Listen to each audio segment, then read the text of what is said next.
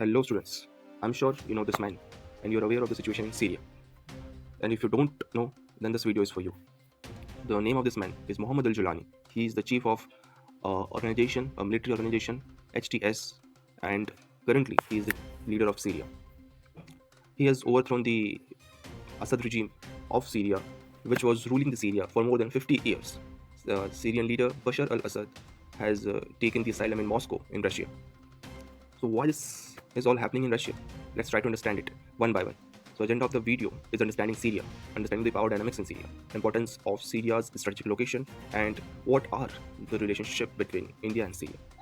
Let's start. Let's look at the map first. This is the flag of Syria, and Syria here is surrounded by 5 major countries: Turkey, Iraq, Jordan, Israel, Lebanon, and also maritime boundary with Cyprus. Here, the major thing here is it in the west of this country, it is a very important water body which is Mediterranean Sea. For the better understanding, let's look at this map. So, just try to focus upon this part. This is Euphrates River. I'm sorry. This is Tigris River. This part, if you can recall, this part was the location of Mesopotamian civilization. So Syria has a very rich, very ancient historical aspect also, because it was the ground of Mesopotamian civilization. And this is one of the things why India and Syria has a historical relations. Apart from this, that location, try to focus upon this location, which is Golan Heights. This is the most disputed area of this region. Golan Heights is claimed by many other countries, but currently it is under the active control of Israel.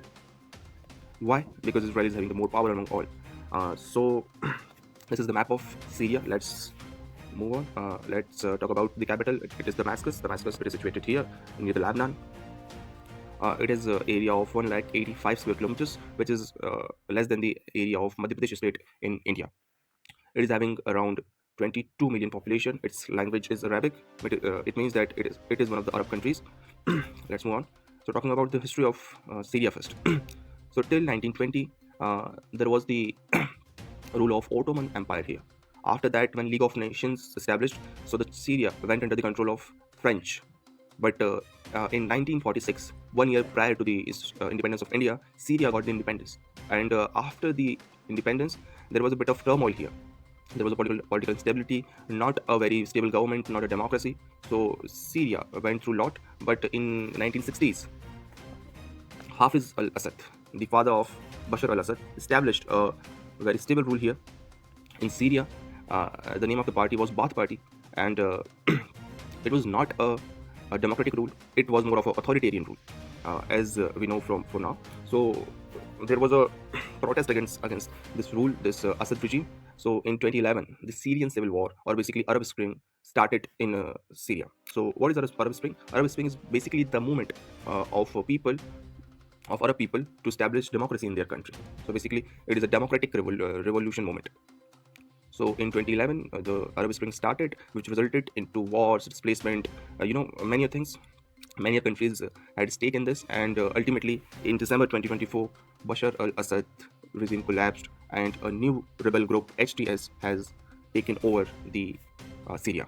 Talking about Assad, Assad was supported by Iran, and Iran is directly allied with Russia. So Assad government was supported by both of these major powers. Iran is a major power in the Middle East, and Russia is a major power in the world. So Assad government was supported by this. We will understand later why it was supported by both of them.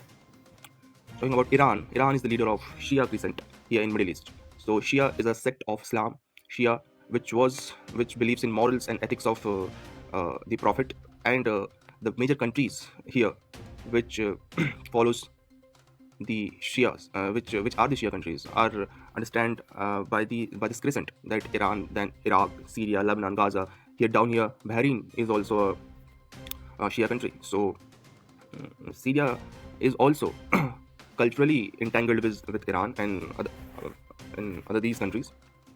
Moving on. So we have understood that Assad government was supported by Iran and Russia, but there was always a power dynamics shift in Syria, which was challenging Assad regime, like Kurds, HTS, obviously, and SNA, Syrian Nationalist Army, and all these are backed by other powers, like Kurds are supported by USA, and Syrian National Army is supported by Turkey, and like HTS, it is considered as a terrorist organization, uh, it is assumed or it is proven that Julani was part of Al Qaeda, and after that he left the Al Qaeda and formed his own rebellion group, and now he has taken care of he has taken over the Syria.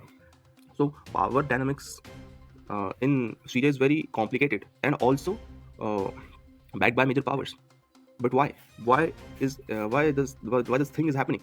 It is simply because the strategic location of Syria. As you can see, that Syria is the location which lies between three continents. It is lies between Europe, Asia, and Africa. So the sheer strategic location of this place makes it very important for others. It has a direct connection with Mediterranean Sea. It connects the Middle East with the Europe or with the maritime routes of the world. Its geographical location is this sheer problem, is the sheer significant thing for its importance.